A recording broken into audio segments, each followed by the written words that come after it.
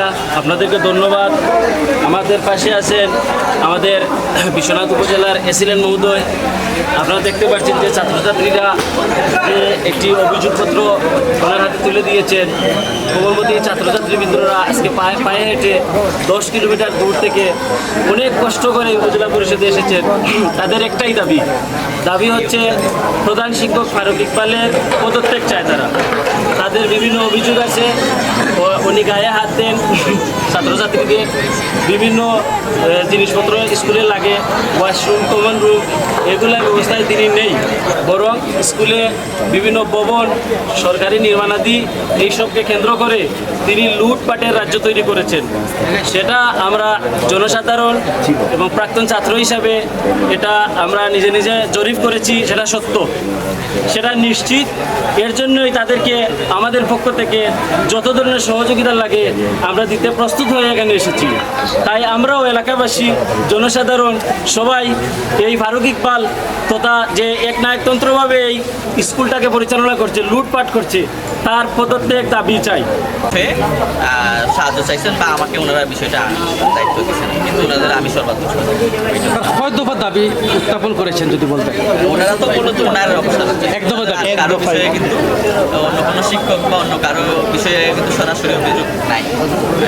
আন্দোলন শিক্ষকের যে শিক্ষক ওনার কর্মকাণ্ডের বিষয়ে ওনাদের আন্দোলনরত শিক্ষার্থীদের নিরাপত্তার বিষয়ে যদি কিছু বলেন। আচ্ছা, ওনাদের এখন আমি বলি, ওনারা যদি কোনো সমস্যা বোধ করে কোনো নিরাপত্তাকে, ওনারা যে কোনো সময় আমাকে ওসি সাহেবকে আর্মিতে জানিয়েছেন, আমাদের মধ্যে কথা হয়েছে, আপনারা আমাদের সাথে যে কোনো সময় যোগাযোগ করবেন। আর আপনারা যারা এলাকার মুরব্বী বা অভিভাবক আছেন তারা ওদেরকে একটু বিশেষভাবে ওদের খেয়ালটা রাখবেন। তার আমরা তো আছি, ঠিক আছে। আমি আশা করি কোনো সমস্যা হবে না, যেহেতু এটা ছাত্রদের বিষয়, ওদেরকে কেউ ছোটো করবে এটা আমি মনে করি। তারপরও আমরা আছি, ওসি সাহেব আছেন, অবগত আছেন, আর্মি অফিসার যিনি আছেন উনিও।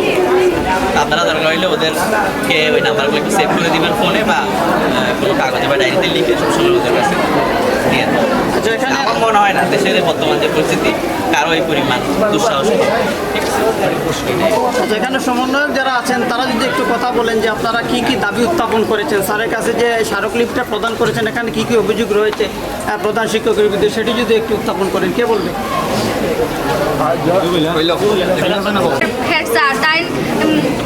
হেড স্যার আমাদের কাছ থেকে 100 টাকা করে নিয়েছেন আইডি কার্ডের বানানোর কথা বলে, কিন্তু তিনি আমাদের আইডি কার্ড দেননি। স্কুলে না গেলে জরিমানায় 10 থেকে 20 টাকা নিয়ে থাকেন। তুচ্ছ ব্যাপারে আমাদের অভিভাবকের এনে অপমান করা হয়। দরখাস্ত কিংবা শারীরিকভাবে অসুস্থ হলে আমরা বিরতির সময় যেতে চাই বাড়ি, কিন্তু স্যার দেননি। আমাদের স্কুলে নামাজ পড়ার কক্ষ নেই, আমাদের স্কুলে ওয়াশরুম এবং পানির ব্যবস্থা নেই। হলে স্যার বলেন আমরা নষ্ট করে ফেলি।